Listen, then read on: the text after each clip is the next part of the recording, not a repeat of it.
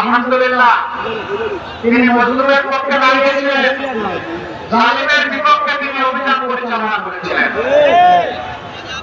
বাংলাদেশ গত 54 বছরে জুলুমের শিকারে পরিণত হয়েছে।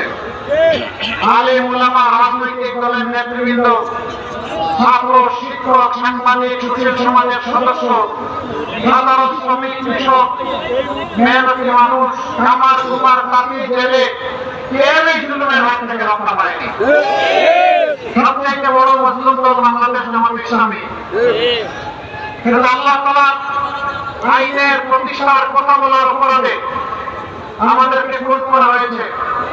এক এক করে আমাদের শীর্ষ 11 জন নেতাকে দুনিয়া থেকে বিদায় করা হয়েছে। 1000 সহযোদ্ধা সহকর্মীকে নির্মমভাবে বিনা বিচারে হত্যা করা হয়েছে। 5000 সহকর্মীকে জীবনের করে পঙ্গু করা হয়েছে।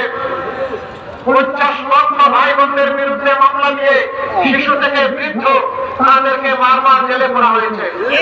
সবগুলো অফিস 13.5 বছর একটা দলবদ্ধ করে রাখা হয়েছে।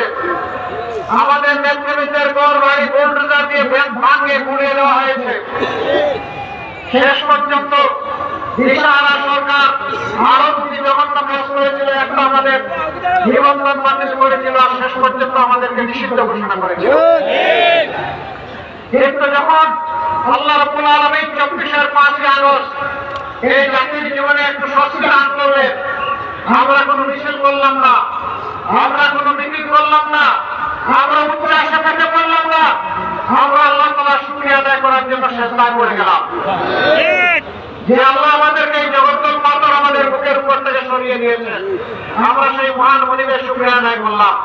5 আগস্ট রাষ্ট্রেই আমরা ঘোষণা করলাম যে সংগঠন হিসাবে জামাত ইসলামের উপর যত জুলুম করা হয়েছে, আজকের এই মুক্তির বিনিময়ে মহান আল্লাহ তাআলার শুকরিয়া আদায় করে বলছি, একজন জালিমের বিরুদ্ধে দল হিসাবে জামাত ইসলামী কোনো প্রতিশোধ নেবে না।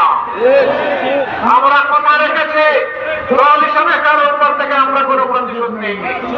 তবে এও আমরা বলেছিলাম, যারা খুন হয়েছেন, আহত হয়েছেন, পঙ্গু হয়েছেন, গুম হয়েছেন, যাদেরকে ব্যক্তিগতভাবে ক্ষতিগ্রস্ত করা হয়েছে, অবশ্যই